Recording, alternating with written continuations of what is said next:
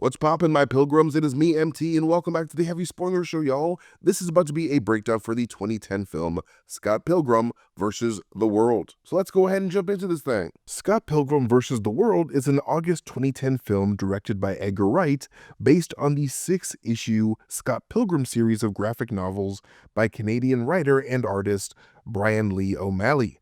And while the screenplay was written by both Edgar Wright and his buddy Michael Bacall, Brian Lee O'Malley was heavily involved in the writing process, offering a ton of notes and insight for the two of them. Edgar Wright actually became interested in writing, directing, and producing this film when he was handed an advance copy of the first issue while he was doing a press tour for his 2004 banger, Shaun of the Dead, and he instantly fell in love with the unique style and tone.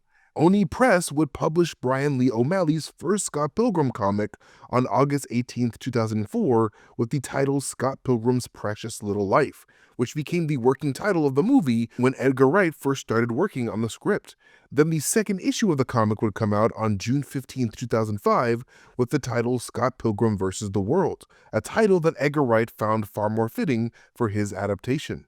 Also, fun fact, but the name of Brian Lee O'Malley's musical main character actually came from a band in real life. The Canadian band Plumtree released a song called Scott Pilgrim in 1998, and it's a song that has the lyrics, "I've liked you for 1,000 years," repeatedly sung. Brian O'Malley was inspired by those lyrics in particular to create the emotionally obsessive Scott Pilgrim character for his comics. But anyways, let's just jump right into the movie, shall we? Scott Pilgrim vs. the World opens with a video game-inspired pixelated 8-bit Universal Studios intro to immediately let Scott Pilgrim newbies know that they're about to watch one of the wildest video game-inspired movies ever made.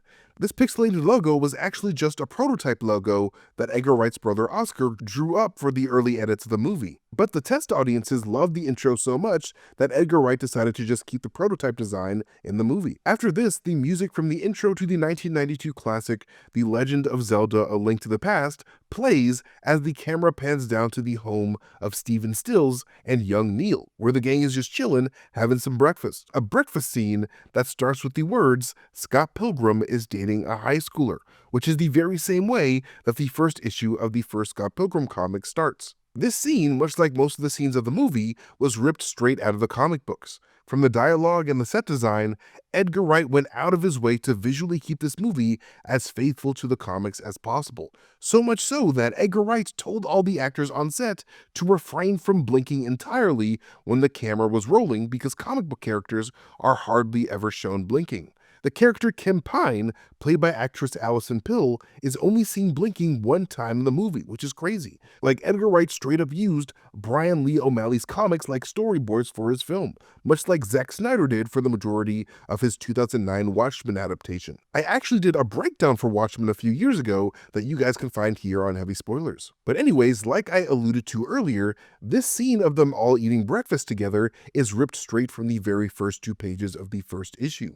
Scott Pilgrim, played excellently by Michael Cera, can be seen wearing a green shirt with the letters SP on the front written inside of a heart. And no, Scott didn't make that shirt for himself because he loves himself so much. This heart is actually the logo for the album Siamese Dreams from the Smashing Pumpkins, who comic creator Brian Lee O'Malley was massively inspired by. But even though SP doesn't stand for Scott Pilgrim, I have a feeling Edgar Wright intentionally had Scott wear this shirt at the beginning of this film to symbolize how Scott always wears his heart on his sleeve throughout the entire movie. This SP heart on Scott's green shirt also subtly hints at the overall video game theme of this movie, because when Scott first turns around with his mug of coffee, the flute from A Link to the Past plays in the background, showing that our green-shirted Scott is the main hero of this story, much like the green-clad Link is the hero in the Zelda games. I mean, later on in the movie, we literally see Scott face off against a darker version of himself called Nega Scott in the same way that Link faces off against his Dark Link self in the Zelda series. And to even get permission to have various Zelda sound effects and music in this movie, Edgar Wright had to spit some serious game at Nintendo, begging them to let him reference the Zelda series in this film due to him believing that Zelda is the nursery rhyme of this generation, which is some heavy-ass glazing on Edgar Wright's part part. But when you're right, man. Zelda freaking rules. The info card that pops up with the Zelda sound cue reveals that Scott is indeed 22 years old, like he says he is, which differs from the comics, as comic Scott Pilgrim is actually 23 years old. I'm assuming that Edgar Wright made him 1 year younger to make him closer in age to his 17-year-old girlfriend, Knives Chow, played by actress Ellen Wong. And what's actually wild about that is that Ellen Wong is actually 3 years older than Michael Cera is in real life, which is crazy because my ass legit thought she was 17 when I first saw this movie back in the day. But her ass was apparently 24 and some change. And this is sort of the same with Scott's younger sister Stacy that we meet later on, as played by Anna Kendrick from the Pitch Perfect movies. Movies that are considered to be the Black Panther for white women. Anna Kendrick is 3 years older than Michael Cera, despite playing his 18-year-old sister. Comic book Stacy Pilgrim is actually 19, but Edgar Wright decided to de-age her 1 year as well. The mug that Scott is holding in his hand has a drawing of a cat on it, but not just any old cat. This cat is actually comic book Ramona's tabby cat Gideon, which is a fun little piece of foreshadowing towards the arrivals of both Ramona and her human ex Gideon to Scott's life. And when Scott mentions that his girlfriend is Chinese,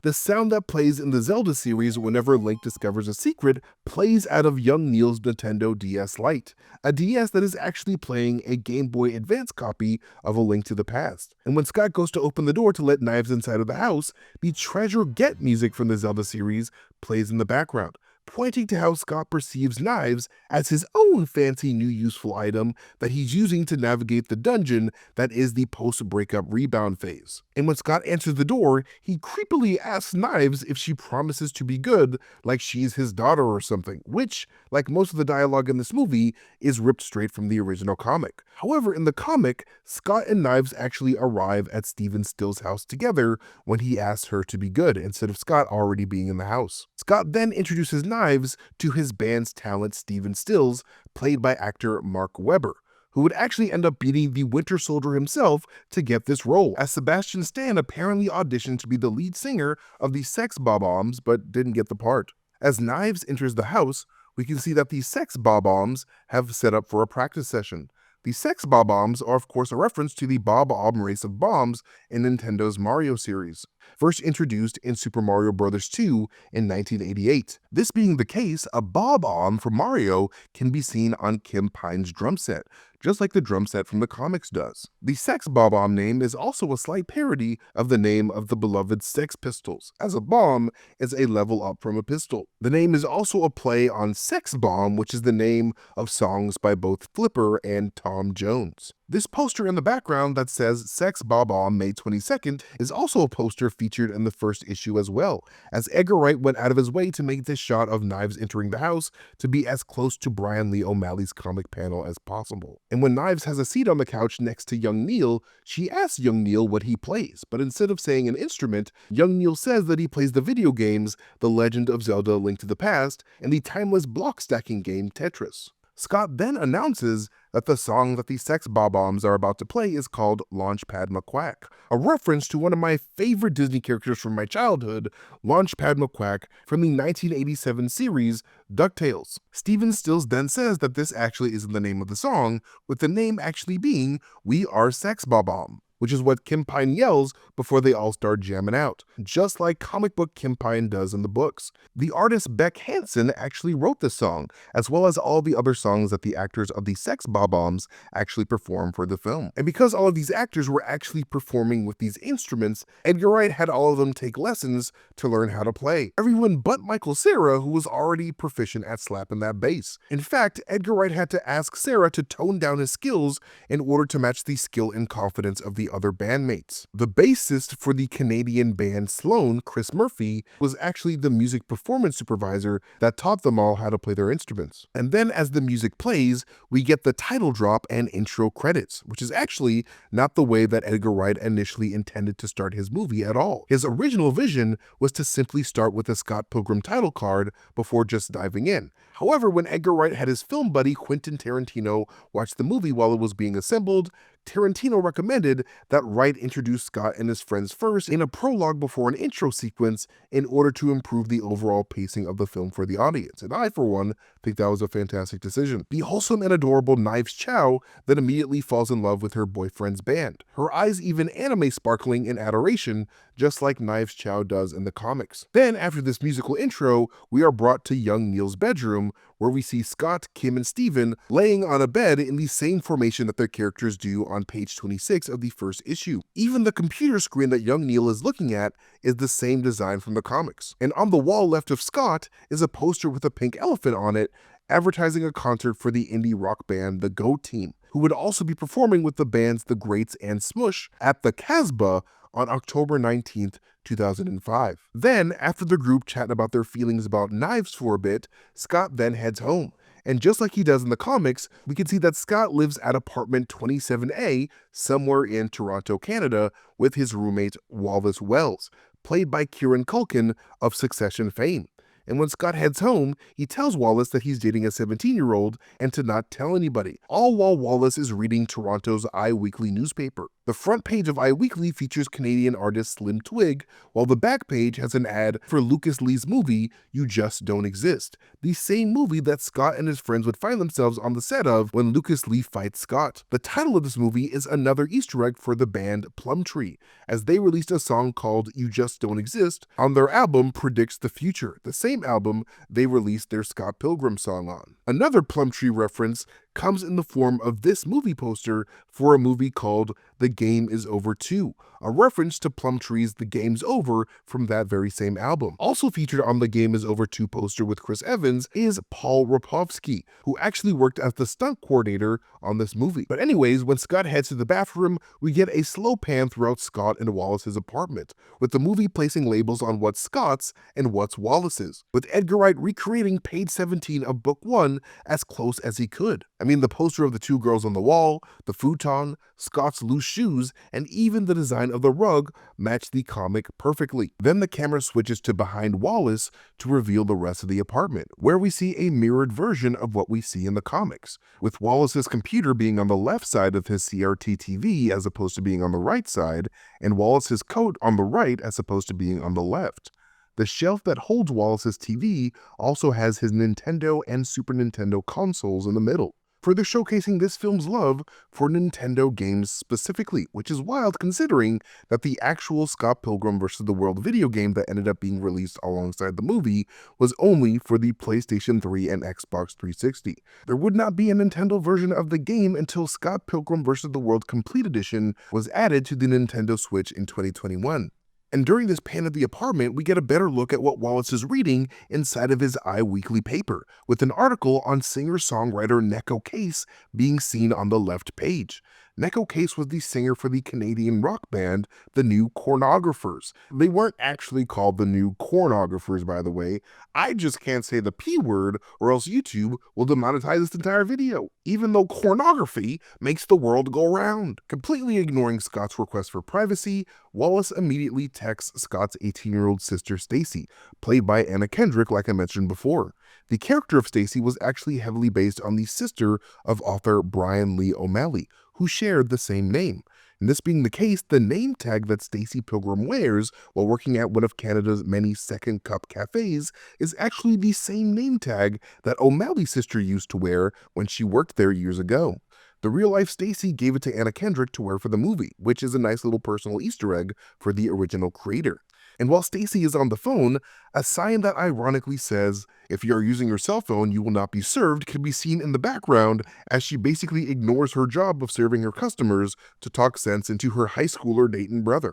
And during this conversation, Stacy refers to Scott's ex-girlfriend as she who will not be named, a reference to Lord Voldemort from the Harry Potter series, who was known by those that feared him as he who must not be named. And at the mention of his ex, Scott takes a look to his right at a newspaper ad for the Clash at Demon Head, the band frontlined by his ex Envy Adams, played by Brie Larson. And behind this future Captain Marvel is a former Superman, Brandon Routh, who plays Envy's super vegan boyfriend, Todd Ingram. Envy is actually not Envy Adams' real name, but actually a play on her real name, as the initials to her first and middle name are N and V, as she was born Natalie V. Adams. And her band name is actually a reference to the 1989 Clash at Demon Head video game for the original Nintendo Entertainment System.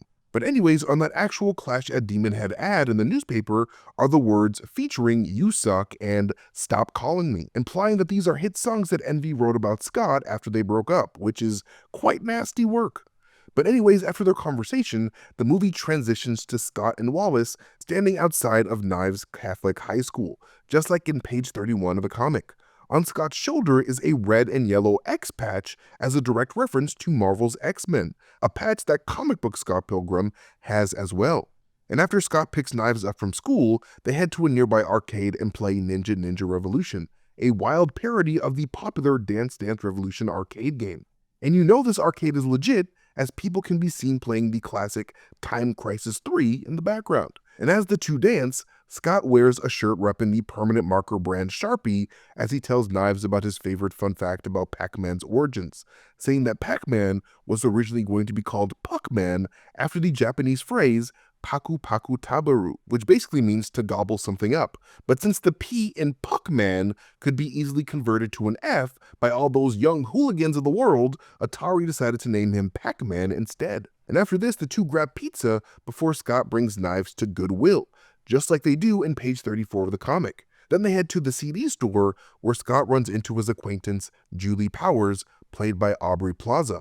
When Brian Lee O'Malley created this character for the comics, he chose the name Julie Powers as a nod to Marvel Comics character Julie Power from the Power Pack team of youngsters. O'Malley also thought Powers was a nice fitting name for this character because Powers rhymed with Ramona's last name of Flowers. And during an interview about her character, Aubrey Plaza revealed that Julie Powers used to like Scott a lot back in college, and got super bitter about Scott due to Scott always liking all of her friends and not her. However, despite Brian Lee O'Malley publicly declaring Plaza's statement as non-canonical to his original vision, if Aubrey Plaza believed this to be true about her character while she was acting, then it would explain why she is such a huge bitch to Scott throughout this entire movie, just like she is when she sees him with his 17-year-old girlfriend in the record store.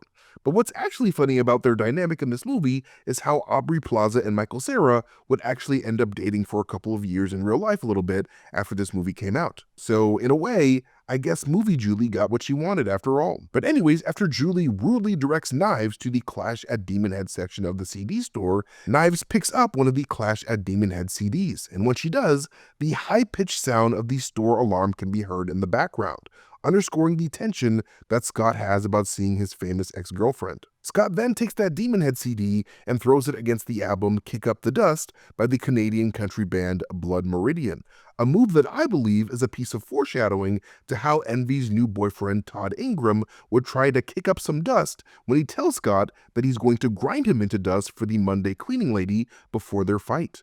The Clash of Demon Head CD also lands atop the section for Beck Hansen, who, like I said before, wrote all of the songs for Sex Bomb. Scott then tells Knives about how Envy Adams was his ex who ruined his life after she got signed to a major label, but Knives completely ignores this and starts gushing about how cool Envy Adams is, to which Scott tries to get her to start talking about how cool he is instead, showing how an insecure Scott is trying to mold Knives into a girlfriend that thinks he's so cool and smart so that she does whatever Scott wants all the time. Like Scott taking that CD out of Knives' hands and throwing it off to the side while simultaneously ignoring her own personal love for the band shows how much Scott is afraid of actually dating a confident woman with her own autonomy, which is why we see Scott freaking out later on in the movie when Ramona changes her hair from pink to blue on her own. As Scott and Knives continue walking on their date, the two eventually find themselves at a snowy crossroads in the shape of an X, alluding to the overall concept of exes in the movie, and foreshadowing how both Scott and Knives would soon be exes by movie's end. And arriving at Scott's apartment, Scott reveals to Knives that he lives directly across the street from the house that he grew up in, a house that looks like it was literally ripped straight out of page 39 of book 1, a page that precedes pages 40 to 43, which shows comic book Scott daydreaming himself alone in the middle of a desert when he comes across Ramona Flowers in that dream, falling in love with this literal dream girl, which is exactly what happens in this movie pretty much word for word. This of course happens because Ramona inexplicably has been gifted the ability to travel through what she calls subspace highways in order to get to physical locations faster. But these subspace highways sometimes intersect with the minds of human beings nearby. Ramona claims later on that everybody in America eventually learns how to do this skill in school, and that because Canada doesn't really teach this, that all the subspace highways in Canada are usually empty. After having this dream, Scott wakes up on his futon with Wallace and his booty call other Scott and tells them about this dream, something that actually happens amongst the three of them at a sushi restaurant in the comics. Then Scott throws on a pink shirt to match the pink hair of his dream girl before heading to a library date with knives. Throughout the movie, the colors of Scott's outfit tend to match whatever color Ramona's hair is, reflecting how his desire of having Ramona like him is constantly on his mind. In helping Knives pick up some books for school, we see that Knives is studying intense subjects like calculus, mathematics of data management, and technical calculus with analytical geometry, showing that Knives is a pretty smart cookie herself with an affinity for math. And heading to check out her books, Scott runs into the girl of his dreams, making an Amazon delivery for humanity's bald demon king, Jeff Bezos. And as Scott is enraptured by Ramona's presence, time jumps to Scott at band practice after spending the entire day thinking about Ramona. And to the left of Scott during this moment are speakers that say lame brand on them, reflecting how these sex bomb-oms are perceived as just another lame band due to their lack of fame. However, by the end of the movie, we can see that these sex bomb-oms have their speakers upgraded to the Sweet brand when their band is eventually signed by Gideon. Time jumps again to Scott and his bandmates heading to Julie's party, and as they walk, you can see an establishment behind them called Flight Center. However, the L in flight appears to be flickering on and off, making it look like Fight Center instead, foreshadowing all the fighting of this movie. And miserable at the party, Scott tells young Neil that he has to pee, as young Neil wears a shirt repping the 1981 Movement studio album by the English rock band New Order.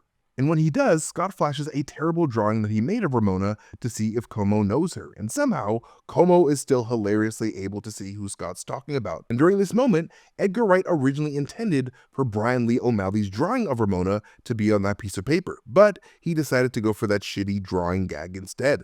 Como then tells Scott that Ramona should be coming to the party soon, to which Scott immediately jumps to go find her. But I do want to mention a quick thing though. When Scott is talking to Como, he mentions that he's sipping on a Coke Zero. This is thematically important because the set and wardrobe design of this movie repeatedly frames Scott as Ramona's ex number 0, like how Scott wears that X-Men patch on his jacket, or how he wears a black shirt for the song Zero by the Smashing Pumpkins later on in the movie. So Scott liking Coke Zero specifically is a reference to later on in the film when a frustrated Ramona tells Scott that he's just another ex waiting to happen. But anyways, after wandering the party for a bit, Scott spots Ramona a few feet away from this random extra wearing a shirt for the American indie rock band Calexico. And as Scott awkwardly approaches Ramona and fails at recounting his only Pac-Man fact, notice how they're both wearing the same colors, with Scott wearing a blue shirt with a pink shirt underneath, and Ramona wearing a pink shirt with a blue pocket square over her heart.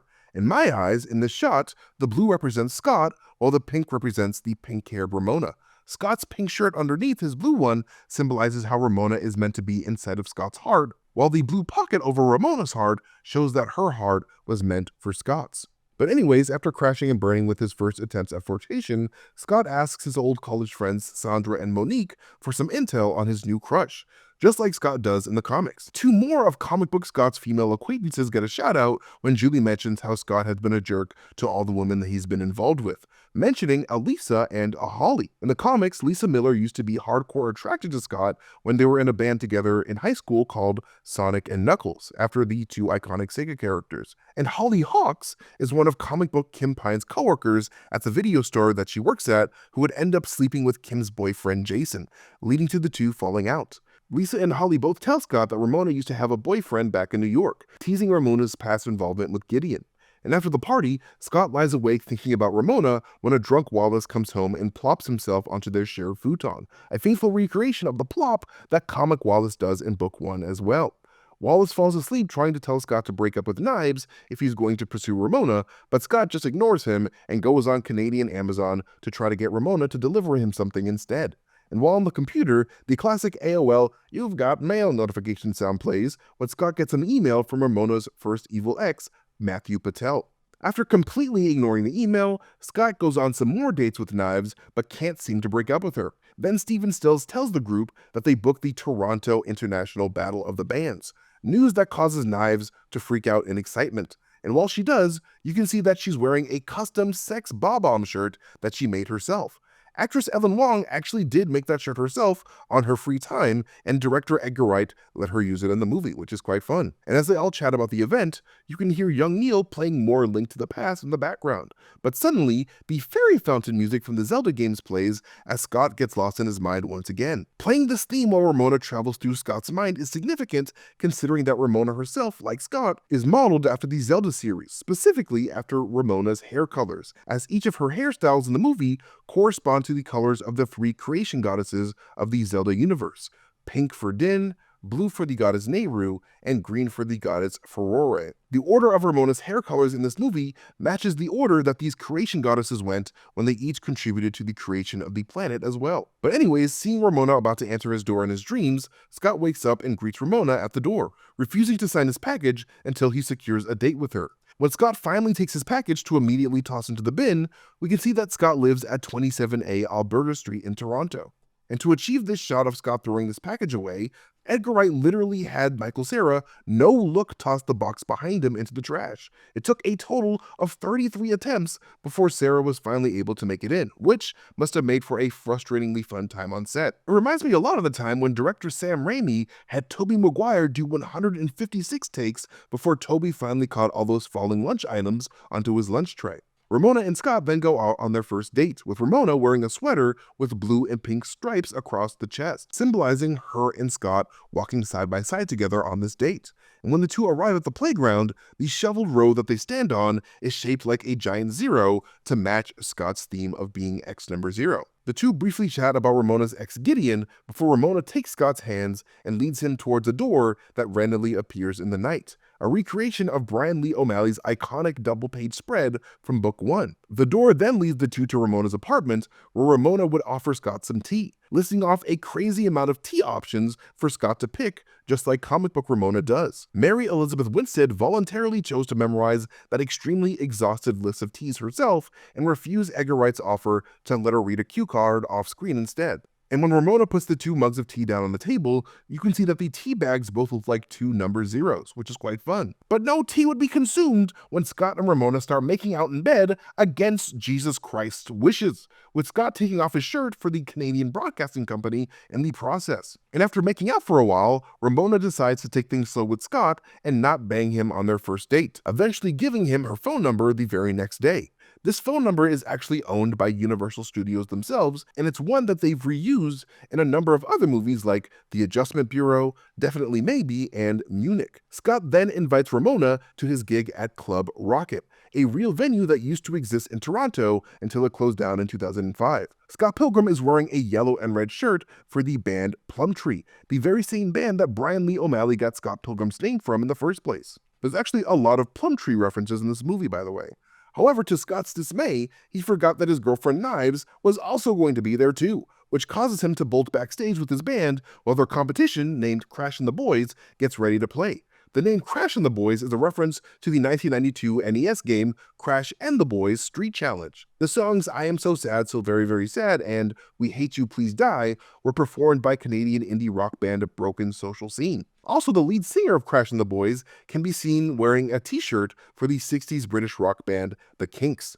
And as Scott's bandmates try to shake off their nerves, young Neil can be seen wearing a shirt for the band Sloan, a band whose vocalist would end up teaching the members of Sex Bob-omb how to actually play their instruments. In the audience, Knives begins to tell Ramona and Stacy how Scott and her first met, mentioning that she was on the bus with her mom when it happened. And even though we don't see this scene play out in the movie, we do see Scott meet Knives on the bus very early on in the first book, like it's literally the second scene of the book. And in order to keep Knives from talking, Scott rushes his band onto the stage and they all start jamming out. But their performance would, of course, be interrupted by one Matthew Patel, Ramona's first evil ex, played by actor Satya Bhabha, a man that Edgar Wright actually did not initially want to cast at all in this film. With this film being Edgar Wright's very first film overseas from Britain, he purposely tried his best to not hire any British actors for any of the roles in this movie. But Satya would somehow apparently sneak his way in with his rather convincing American accent. And as Patel crashes the party, notice that he does so with his index finger out,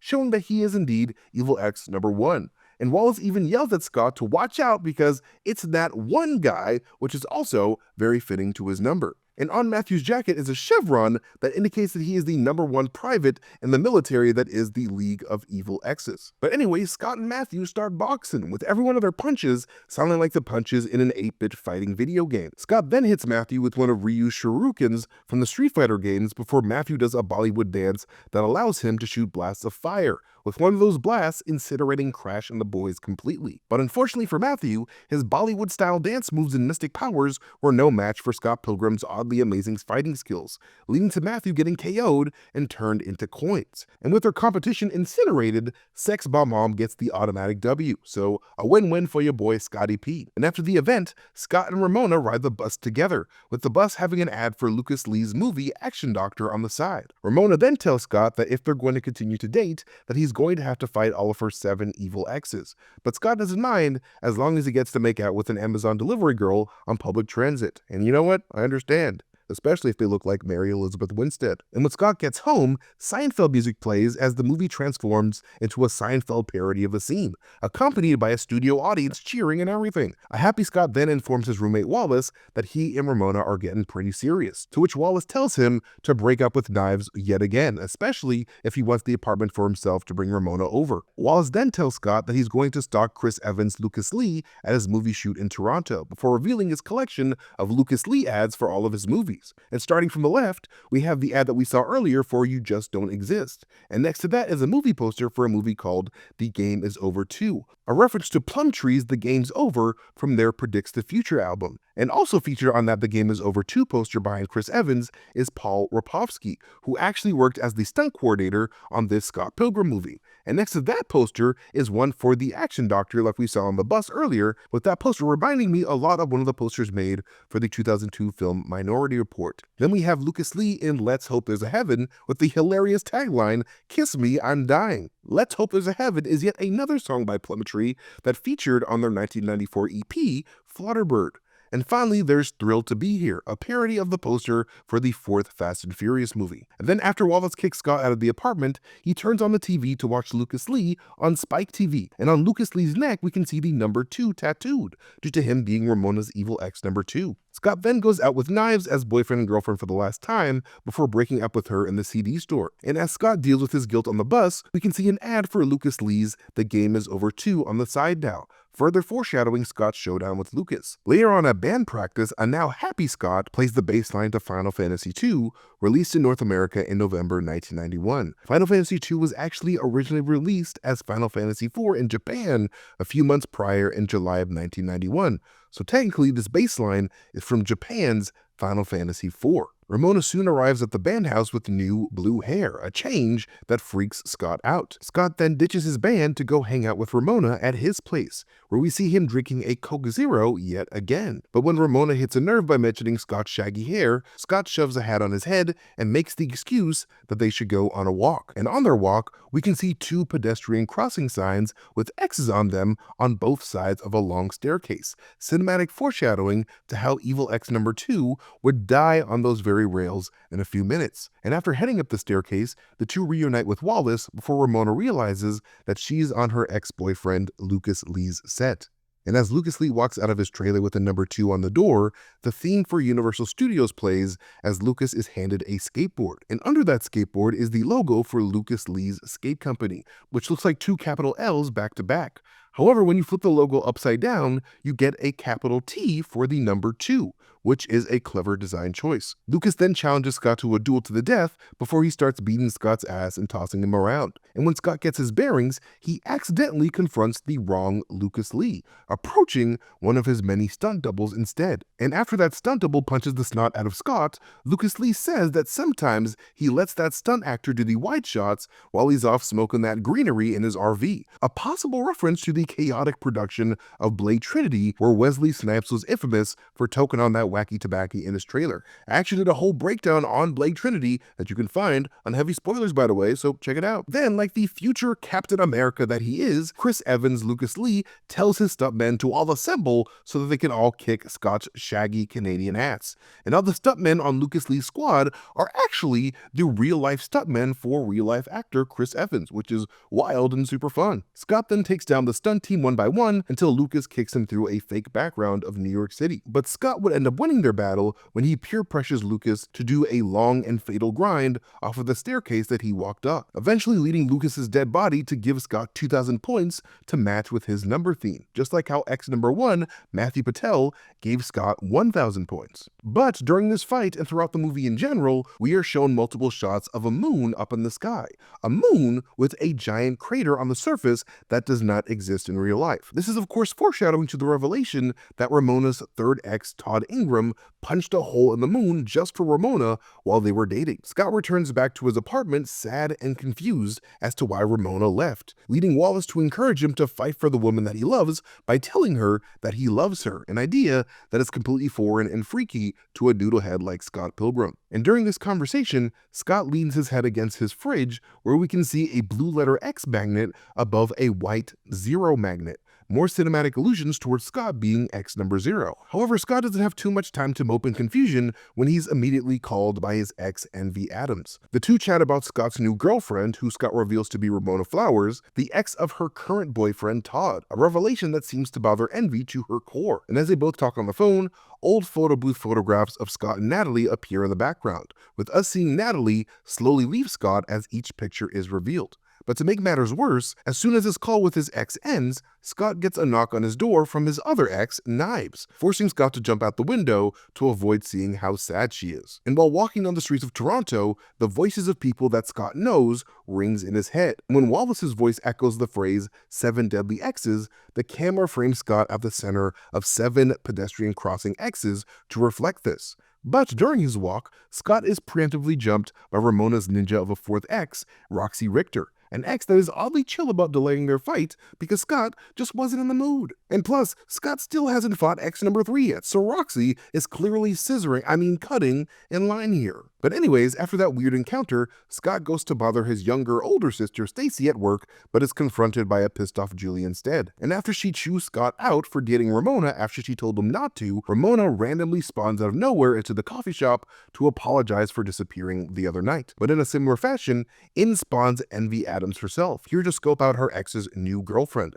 expressing her jealousy directly to Scott before inviting him to Lee's palace to watch her and her new boyfriend Todd perform, something that Scott is not interested in doing at all. Scott and Ramona then walk to Ramona's place together while discussing exes. The words "The Infinite Sadness" appear at the top of the screen before this scene, yet another reference to the band The Smashing Pumpkins, as the name of the album they released in 1995 is called Melancholy and the Infinite Sadness, the very favorite album of Game Grump Aaron Hansen. Brian Lee O'Malley took the name of this album as inspiration for the title of his third Scott Pilgrim book. Later on, as Ramona chills with Scott and his band, Steven Stills reveals that Envy invited them all to open for their Toronto show. News that annoys Scott Pilgrim big time. The shirt that Scott wears during this scene has a picture of Astro Boy on it from the iconic 1952 Japanese manga. Then the Treasure Get sound effect from the Zelda series plays once again for Knives when the camera reveals that she's been stalking Scott outside of Steven Stills' window. And super angry at Scott's new girlfriend, Knives goes out and buys some hair dye before complaining about Ramona in her room with her best friend, Tamara Chen. And on her bedroom wall is a poster for the bands The Shins and Viva Voce, who performed together at Seattle's Paramount Theater in February 2007. And after Knives dyes a portion of her hair blue, she flirts with young Neil enough to invite her to the show at Lee's palace. And outside the palace is a sign for the show, and on that sign is the symbol of ex number 7, Gideon Graves, as he himself itself is presenting the event. Gideon's symbol is another play on the Legend of Zelda franchise, as it is literally an upside-down Triforce. And in the Zelda series, the upside-down Triforce is supposed to represent the very opposite of what the three creation goddesses represent. So since Ramona's hair represents the three goddesses that made the Triforce, it's only fitting that Gideon's symbol be the dark opposite of Ramona, considering that he's the most evil ex of all. And each triangle in this upside-down Triforce is a letter G for Gideon. However, if you were to tilt that logo a little bit clockwise, each of those G's start to look like number 7s to point to Gideon's X number. But anyways, after Scott's band performs, Knives starts flirting with Neil in front of Scott and his friends, causing Ramona to ask Scott how old Knives is. A panicked Scott then spins a wheel of different dialogue options in his head, with those options being, she's 40, she's nobody, it was nothing, pass out, no you are, tell the Pac-Man story, when's dinner, no speaka English, idiot, I gotta pee, and who, her? But since the arrow stops right in between the last two, Scott blurts out, I gotta pee on her, like some sort of Robert Sylvester Kelly or something. But then the Clash at Demon Head heads onto the stage, with Envy singing their hit song Black Sheep, a song actually written by the Canadian indie rock band Metric. Back when the Scott Pilgrim soundtrack first dropped in 2010, only the Metric version of the song was available. However, due to high fan demand, the Scott Pilgrim 10th anniversary soundtrack would finally feature the version with Brie Larson's voice, a version that would land Brie Larson back onto the Billboard charts yet again 15 years after her single She Said, released as part of her 2005 album Finally Out of PE. After the performance, Envy invites the band backstage, where they stare at each other awkwardly. And during this moment, you can actually see 3 threes plastered on the wall to match Todd Ingram's 3 theme, one that he displays proudly on his shirt. Envy mentioned he's playing at the Chaos Theater in New York with Gideon, the same name of the theater that would serve as Gideon's headquarters later on in the movie, as Gideon would open another Chaos Theater in Toronto. Knives would eventually yell out of turn, which leads an insane Todd to punch her so hard that the blue highlights fall out of her hair. And angry at this, Scott calls Todd a cocky cock and challenges him to a fight, but Todd would go full vegan Super Saiyan and toss that boy Scott into the sky. And when Scott lands on the ground, Ramona tells him that she was immediately interested in dating Todd when she first saw him back when she was dating Lucas Lee. Also, fun fact about Lucas Lee that I forgot to mention earlier, Robert Pattinson actually auditioned for the role, but lost to Chris Evans, so this is technically the first time Captain America beat Batman in cinemas, which is hilarious to think about. But anyway, Scott and Todd then end up having a music battle, with Scott once again playing the bass line to Final Fantasy II. But Todd would overpower Scott and launch him through 3 walls, matching Todd's number theme. But luckily, Scott is able to think fast and get a dumbass Todd to drink some coffee with half and half, leading to the vegan police arriving to reprimand him. And as the vegan police hold Todd at vegan finger gunpoint, their lasers hilariously form a pair of green boobs on Todd's chest, the type of immature humor that I am all about. But after exposing Todd for being a poser, they siphon all of Todd's vegan powers away from him, leading his hair to wilt like a plant and become shaggy and unkempt, the very thing that led Envy to breaking up with Scott in the first place. Scott then headbutts Todd into oblivion, earning himself 3,000 points in the process. And as Natalie watches Scott leave, Julie appears out of nowhere trying to brown nose Envy some more before Natalie tells her to shut the F up, with the movie having to bleep out Brie Larson's F-bomb to keep their PG-13 rating due to Scott calling Todd a cocky cock before the fight earlier. After Scott nurses his head wound with a cold Coke Zero, Scott's band then heads to the after party, held at a venue with a big-ass number 4 on it to foreshadow the coming of ex number 4, Roxy Richter. When Roxy crashes the party to fight Scott, Ramona intervenes to defend him. This leads to Roxy whipping out her flexible, segmented sword, a sword that evokes the weapon used by the character Ivy Valentine of the Soul Calibur series of fighting games. And speaking of fighting games, during their fight, Roxy would end up smashing one of the disco balls on the ceiling, with the falling shards of glass reflecting the images of both Ramona and Roxy, making them look like they were on a fighter selection screen of a fighting video game. The venue for the after party also has 4 disco balls on the ceiling, which is even more number theme matching through set design. Ramona then begins to fight Roxy with her comic book accurate hammer that she pulls out of her bag like a cartoon character, with this infinite storage capacity being popularly known as hammer space, something that Spider-Ham of the Spider-Verse films knows all about. Roxy actress Mae Whitman actually worked with Cera before on the beloved TV series Arrested Development when she played his incredibly basic high school girlfriend. Whitman is also famous for voicing the character Katara in Avatar: The Last Airbender. But anyways, in traditional video game boss fight fashion, Roxy has a rather sexual weak point behind her knees that Ramona eventually gets Scott to exploit, leading to Roxy to sploosh herself into oblivion, awarding Scott 4,000 points. And after the fight, an embarrassed and drunk Scott asks if Ramona has slept with everyone at the party, as well as she has a list of all of her evil exes on hand so that he can keep track. It would then sound like Ramona is joking about having a laminated list in her purse of all of her exes, but this would actually end up proving to be true when she whips out one for Scott to read. And on that laminated list, we can see that Roxy is spelled with a Y at the end instead of IE like it is in the comics. And frustrated at Scott's drunk words, Ramona tells him that he's just another X waiting to happen, which leads Scott to wearing this blue Fantastic Four inspired shirt with a 4.5 on it instead of just a 4, symbolizing how Scott is halfway to being another X after defeating Ramona's 4th X. Then the band head to the Toronto International Battle of the Bands, with the poster outside of the venue revealing that the day is Thursday, April 21st. And considering how old all the computers and video game consoles are on this film, this date likely refers to Thursday, April 21st, 2005, as that's the only date that really makes sense. The band then faces off against the Katayanagi Twins, evil exes 5 and 6, because your girl Ramona Flowers has needs, if you know what I mean. These twins, played by Keita and Shota Saito, actually could not speak that much English when they were cast, which made it pretty difficult for Edgar Wright to direct them, and why the two do not have any speaking parts in the movie. And while on stage facing off against the twins, we can see Scott wearing a shirt referencing the Rock Band video game series. The base logo on the shirt is the same base logo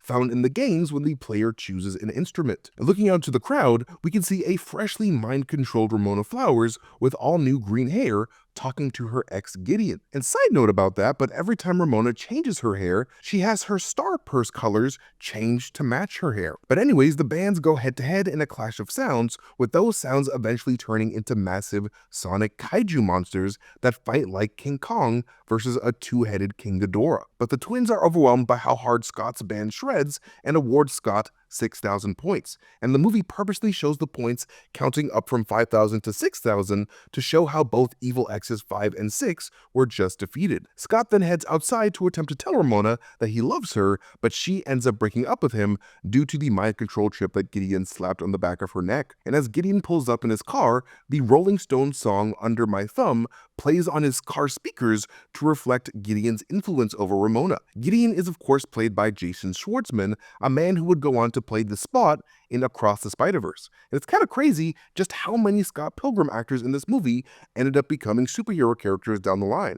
I mean, Brie Larson becomes Captain Marvel, Aubrey Plaza becomes Shadow King in Legion and Death in Agatha All Along, Chris Evans becomes Captain America, Brandon Routh becomes Superman, Mae Whitman would play Wonder Girl in Young Justice and Batgirl in Batman Brave and the Bold, Thomas Jane, one of the vegan police officers, played the Punisher in 2004, Ramona becomes the DCEU Huntress, and Cera becomes Lego Robin in the Lego Batman movie. Kind of crazy. But anyways, Gideon, seeking to mess with Scott, signed his band to a record deal. Scott refuses to sign with them and eventually heads home completely bummed out. But Gideon would not let things go that easily, calling Scott to join him at his Toronto Chaos Theater. Wallace, overhearing Gideon's disrespect on the phone, tells Scott to finish him, a reference to the Mortal Kombat announcer before the player performs a fatality move in those games. Scott then heads to the Chaos Theater and more clearly professes his love for Ramona, causing him to earn the Power of Love sword, a sword that would eventually shatter into tiny little heart pieces